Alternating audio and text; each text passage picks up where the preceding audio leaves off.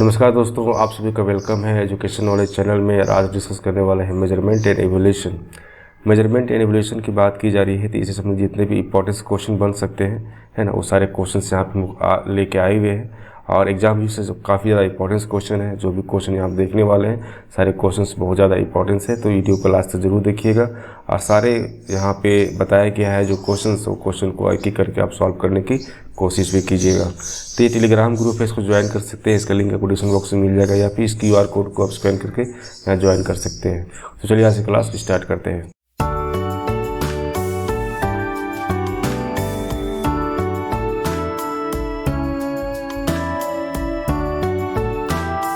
Video को like दीजिएगा और शेयर कीजिएगा अपने ग्रुप में। अभी तक सब्सक्राइब नहीं किए हैं तो सब्सक्राइब कर लीजिएगा। बात हो रही है मेजरमेंट एंड एवोल्यूशन।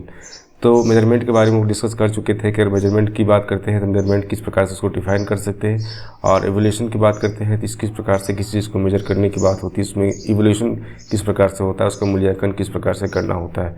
तो आज का जो टॉपिक है इसी में डिस्कस करने वाले हैं कि जितने भी इंपॉर्टेंट क्वेश्चन बन सकते हैं इस टॉपिक से रिलेटेड, वो सारे क्वेश्चन यहाँ पे लोग करने वाले हैं और एग्जाम में काफ़ी ज़्यादा इंपॉर्टेंट होने वाला है। तो फर्स्ट क्वेश्चन क्या है, निम्नलिखित में से कौन सा शिक्षा में मूल्यांकन का सबसे अच्छा वर्णन है।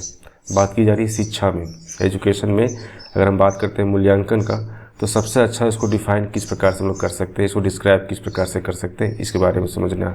पहला ऑप्शन क्या दिया हुआ कि शिक्षक के प्रदर्शन का आकलन करना। क्या आप जब मूल्यांकन की बात करते हैं तो इसमें अगर अच्छे डिस्क्रिप्शन की बात करें, इसका जो मूल्य की बात करते हैं, तो शिक्षक के प्रदर्शन का आकलन ये ऑप्शन हो सकता है क्या। दूसरा ऑप्शन दिया है छात्र सीखने के बारे में जानकारी एकत्र करना और उसका विश्लेषण करना। और थर्ड ऑप्शन दिया है अंतिम ग्रेड देना। और चौथा ऑप्शन दिया है कक्षा में उपयोग की जानने वाली शिक्षण विधियाँ। तो कौन सा ऑप्शन सही होने वाला है आप बताइए, खुद कमेंट बॉक्स में बताइए इसका आंसर कौन सा होने वाला है। अब बात की जा रही है क्या मूल्यांकन का। मूल्यांकन किस में, अगर एजुकेशन सिस्टम की बात कर रहे हैं तो उसमें मूल्यांकन का सबसे अच्छा डिस्क्राइब किस प्रकार से कर सकते हैं, तो यहाँ पे कह सकते हैं कि छात्र सीखने के बारे में जानकारी एकत्र करता है, उसका विश्लेषण करना होता है, तब क्या करते हैं लोग मूल्यांकन का इस्तेमाल करते हैं। तो ऑप्शन जो बी है यहाँ पे सही आंसर होगा। तो ऑप्शन बी इसका सही आंसर है। नेक्स्ट क्वेश्चन की ओर बढ़ते हैं कि शिक्षा में अगर एजुकेशन की बात करते हैं तो एजुकेशन में मापन का तात्पर्य क्या होता है। पहला ऑप्शन छात्र सीखने के आधार पर निर्णय लेना। दूसरा ऑप्शन छात्र के प्रदर्शन या व्यवहार को संख्याएं प्रदान करना। तीसरा ऑप्शन पाठ्यक्रम का मूल्यांकन करना। चौथा ऑप्शन छात्र के दृष्टिकोण का अवलोकन करना। अगर हम बात करते हैं मेजरमेंट को, है ना, कि एजुकेशन फील्ड में इसको किस प्रकार से समझ सकते हैं, तो इसका जो ऑप्शन दिया हुआ है कि चारों ऑप्शन में से कौन सा ऑप्शन सही होगा, इसके बारे में बताइए आप। इसका आंसर जो डिस्क्रिप्शन बॉक्स में दीजिए कि इसका आंसर कौन सा होने वाला है। तो मापन की बात करते हैं तो मापन क्या करता है, मापन करता है किसी भी छात्र का जो प्रदर्शन होता है, उसका जो व्यवहार होता है, उसको एक संख्या प्रदान करता है, उसके नंबर्स देते हैं, उसका एक वेरिएबल्स, उसका एक कांस्टेंट नंबर देते हैं। इसके आधार पर क्या बोल सकते हैं कि बच्चे इस चीज़ को सीखा, इसमें ये सारी चीज़ों को सीखने के बाद इसको इस प्रकार से हम समझ सकते हैं कि दूसरे बच्चे की तुलना में इसका जो सीखने का तरीका था, इसका शैली था, इसमें इससे दूसरे बच्चे से ज़्यादा सीखा।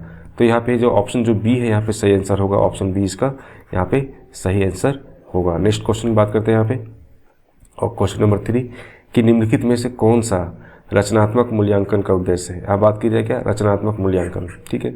तो फॉर्मेटिव असेसमेंट की बात की जाती है, इसमें कौन सा ऐसा उद्देश्य इसका क्या होता है। पहला किसी कोर्स के पूरा होने का प्रमाण। दूसरा किसी टर्म्स के अंत में छात्रों का ग्रेड देना।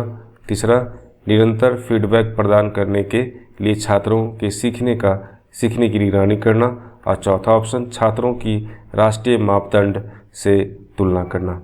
तो हम जब करते हैं असेसमेंट किसका, फॉर्मेटिव असेसमेंट की बात करते हैं, तो फॉर्मेटिव असेसमेंट का जो ऑब्जेक्टिव क्या होता है, इसका ऑब्जेक्टिव ये होता है कि हम किसी भी स्टूडेंट जब कोई चीज़ को सीखता है तो उसमें जो सीखता है उसका फीडबैक हमेशा लेना चाहिए, और साथ में सीखने समय किस प्रकार की समस्या हो रही है उसके बारे में उसको निगरानी करने की भी ज़रूरत होती है। तो इसमें हम क्या करते हैं, रचनात्मक मूल्यांकन का ही ऑब्जेक्टिव ये देखने को मिलता है। तो ऑप्शन जो सी जिसका सही आंसर होगा।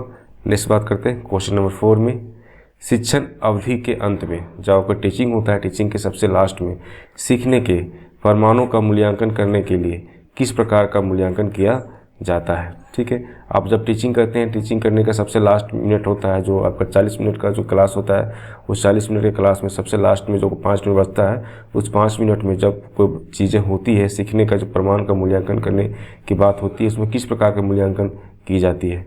क्या वो रचनात्मक होता है, को निदानात्मक होता है, का योगात्मक होता है, या फिर मानक होता है? तो किसका होता है? वह होता है आपका योगात्मक। जैसे कि पूरा क्लास कर लेते हैं, पूरा क्लास करने के बाद आप ये डिसीजन करते हैं कि बच्चा इसमें कितना सीखा है ना।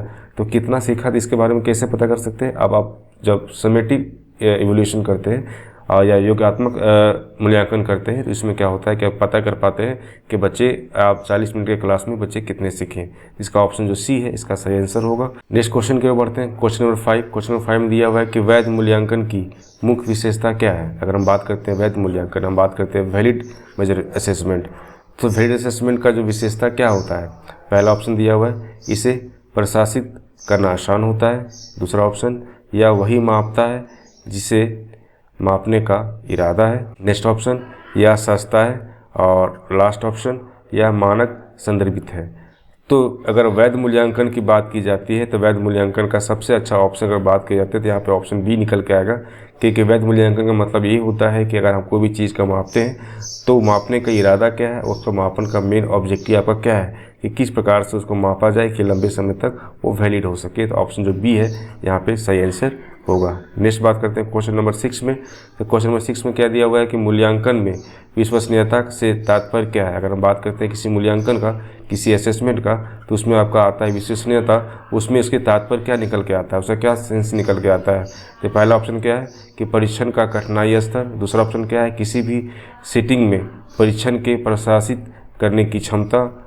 इसमें नेक्स्ट ऑप्शन आता है कि समय के साथ माप की अस्थिरता की बात करते हैं। या फिर लास्ट ऑप्शन, परीक्षण आयोजित करने की लागत, है ना। अगर हम बात करते हैं कि एक अच्छा मूल्यांकन में उसका जो विश्वसनीयता है, उसका कहने का मतलब क्या निकल के आता है? उसका कहने का मतलब ये होता है कि हम कोई भी चीज़ को कर रहे हैं, तो उसमें जो उसकी विश्वसनीयता है, उसकी जो वैलिडिटी की बात करते हैं, है ना, वो कितनी देर तक रह सकती है, वो इसमें कितना हम फेथ कर सकते हैं कि जो रिजल्ट आया हुआ वो कितना आपका वैलिड है। तो ऑप्शन जो बी यहाँ बात करते हैं, ऑप्शन बी जो है इसका सही स्टेप होगा। कि जब भी हम कोई टेस्ट की बात करते हैं, टेस्ट का जो एबिलिटी है वो डिपेंड करता है कि आप किस प्रकार से उस सारी चीज़ों को कर रहे होगा। नेक्स्ट बात करते हैं क्वेश्चन नंबर 7 में, कि मूल्यांकन आकलन से भिन्न होता है, क्योंकि मूल्यांकन क्या है, हमेशा वस्तुनिष्ठ होता है। पहला ऑप्शन। दूसरा ऑप्शन, केवल संख्यात्मक डेटा पर ध्यान केंद्रित करता है। और ऑप्शन सी, डेटा के आधार पर मूल्यांकन निर्णय लेना शामिल है। या ऑप्शन डी, छात्र प्रदर्शन डेटा की आवश्यकता नहीं है।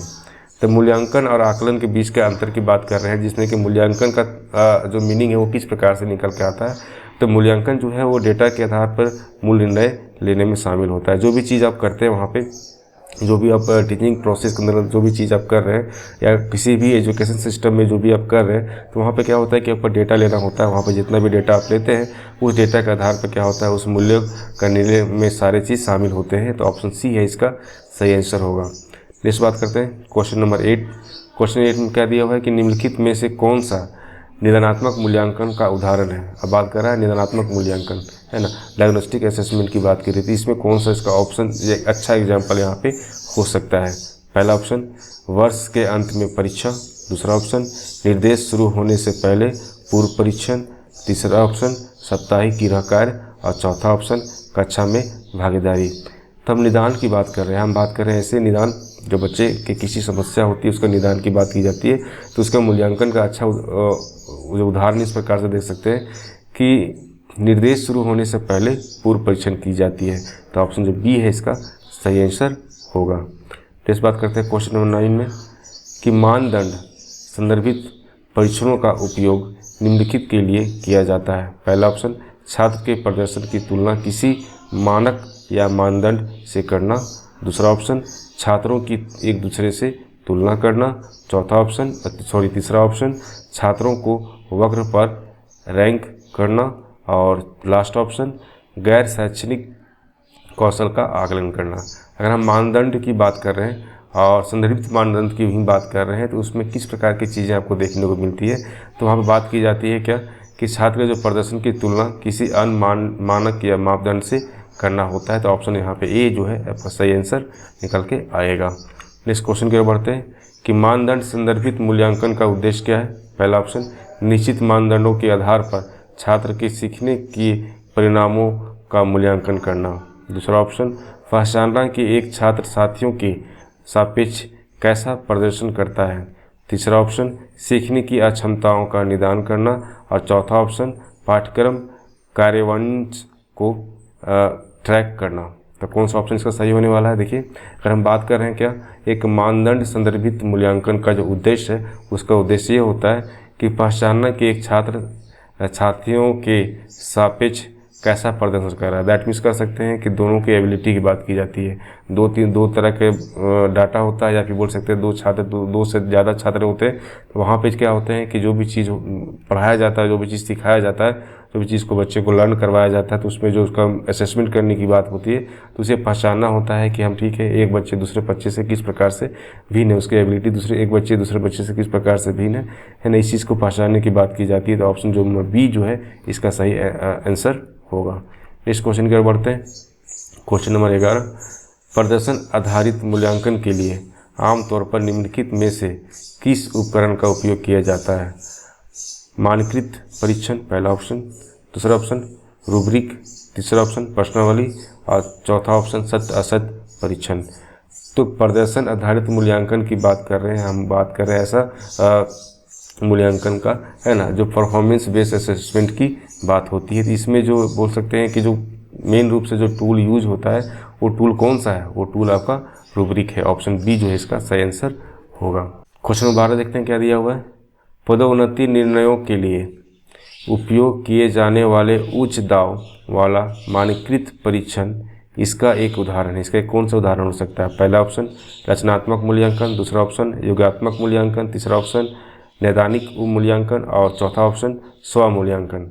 तो हम बात किसे कर रहे हैं, बात कर रहे हैं हाई स्टैंडर्डाइज टेस्ट की बात की जाती है। ठीक है, तो इसमें अगर बात करते हैं कि इसमें ठीक है इस तरह की चीज़ें होती है, तो इसके लिए एक मानकीकृत परीक्षण का जो उदाहरण कौन सा हो सकता है। तो इसका पहला ऑप्शन क्या हो सकता है, ये रचनात्मक मूल्यांकन हो सकता है क्या, ये नहीं होगा। ये योगात्मक हो सकता है क्या, हो सकता है। नैदानिक मूल्यांकन ये भी नहीं होगा, स्व मूल्यांकन ये भी नहीं होगा। तो ऑप्शन जो बी है इसका सही आंसर होने वाला है। समेटिव असेसमेंट में इस एक एग्जाम्पल के रूप में देख सकते हैं। नेक्स्ट बात करते हैं क्वेश्चन नंबर 13 में कि ऐसा मूल्यांकन जो छात्रों को अपने स्वयं के सीखने पर चिंतन करने की अनुमति देता है उसे कहा जाता है। उसे क्या कहा जाता है। सहकर्मी मूल्यांकन, दूसरा ऑप्शन नैदानिक मूल्यांकन, तीसरा ऑप्शन स्व मूल्यांकन और चौथा ऑप्शन योगात्मक मूल्यांकन। तो इस मूल्यांकन की बात कर रहे हैं जिसमें बच्चे क्या होते हैं जो भी चीज़ को सीख रहे हैं, सीखने के बाद वो खुद से सारी चीज़ों का उसमें मूल्यांकन करने का प्रोसेस में आते हैं। उसे क्या बोलते हैं हम लोग, सह मूल्यांकन बोलते हैं, या फिर सेल्फ असेसमेंट की बात की जाती है। तो ऑप्शन जो सी है इसका सही आंसर होगा। नेक्स्ट आते हैं क्वेश्चन नंबर 14 में। इसमें दिया हुआ क्या है कि शैक्षिक मापन में, अगर शैक्षिक मापन की बात करते हैं तो वस्तुनिष्ठता का अर्थ है, उसका क्या अर्थ निकल के आता है इसका देखिए। इसमें दिया हुआ पहला ऑप्शन, थोड़ा चिड़िया का आवाज़ ज़्यादा आ रहा होगा क्योंकि बगल में बहुत सारी चिड़िया हैं, पेड़ पौधा है, इसी कारण से यहाँ पे चिड़िया का आवाज़ आपको सुनने को मिलेगा। तो इसका ऑप्शन पहला ऑप्शन क्या है, परीक्षण भावनाओं का मापता है। दूसरा ऑप्शन परिमाण व्यक्तिगत निर्णय पर आधारित होता है। तीसरा ऑप्शन स्कोरिंग पूर्वाग्रह और व्यक्तिगत राय से मुक्त होता है। और चौथा ऑप्शन केवल निबंध परीक्षणों का उपयोग किया जाता है। तो शैक्षणिक मापन में अगर बात करते हैं वस्तुनिष्ठता का, तो इसमें जो सटीक आंसर बैठने वाला है ऑप्शन नंबर सी जो है यहाँ पे देखने को मिलेगा। क्योंकि यहाँ बात की जाती है क्या, एक पर्सनल ओपिनियन की बात की जाती है, दूसरा क्या बात की जाता है, बायस की बात करते हैं। तो ये दोनों में से क्या होता है कि फ्री होकर सारी चीज़ों का मापन होता है जिसमें आपको देखने को मिलेगा। तो ऑप्शन नंबर सी जो है इसका सही आंसर होगा। नेक्स्ट बात करते हैं क्वेश्चन नंबर 15 में कि ब्लूम के वर्गीकरण के किस स्तर का मूल्यांकन तब किया जाता है जब छात्रों से किसी निर्णय या कार्यवाही का औचित्य बताने के लिए कहा जाता है। तो इसका पहला ऑप्शन क्या है आपका, समझ, दूसरा अनुप्रयोग, तीसरा मूल्यांकन और चौथा याद रखना। तो ब्लूम का जो वर्गीकरण है उसमें जो किस स्तर की बात की गई है, जिसमें इस तरह की बात कहा गया है कि अगर बात करते हैं किसी स्टूडेंट का, किसी छात्र का, है ना, तो उसमें किसी निर्णय या किसी कार्रवाई का जो औचित्य बताने की बात की जाती है, तो उसमें कौन सा चीज़ें देखने को मिलता है। तो यहाँ पर ऑप्शन जो सी है इसका सही आंसर होगा, मूल्यांकन का ही बात की जाती है, एवोल्यूशन की ही बात की जाती है। इस प्रकार से आज का जो हम लोग डिस्कस किए थे मेजरमेंट एवोल्यूशन, यह आपको समझ में आया होगा। तो इस वीडियो को लाइक कीजिएगा, शेयर कीजिएगा अपने ग्रुप में। अभी तक सब्सक्राइब नहीं किया सब्सक्राइब कर लीजिएगा।